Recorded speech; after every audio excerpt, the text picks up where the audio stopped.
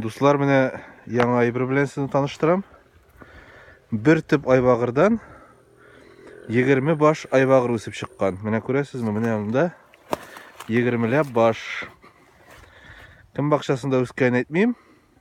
Бу барысы да секрет диләр менә. Питрәч районы Көлкәмар авылында. Монда көнбагышны айбагыр дип йөриләр. Белегез, менә 20 баш айбагыр. Көз көне булар, менә инде кайберләрен каргаларда ашый башлаган. Ничек булды икән соң бу бер төптән 20 баш? Әйтә аласызмы үстергән кеше? Менә кем белгән ди, үзенең төшәсе килми видеога. Алла биргән ди. Менә шулай. Алла бирсә бирә инде ул. Киләсе елга менә тагы үсәр микән бер төптән 20 баш менә шулай? Кем белгән, барсы да Алладан ди.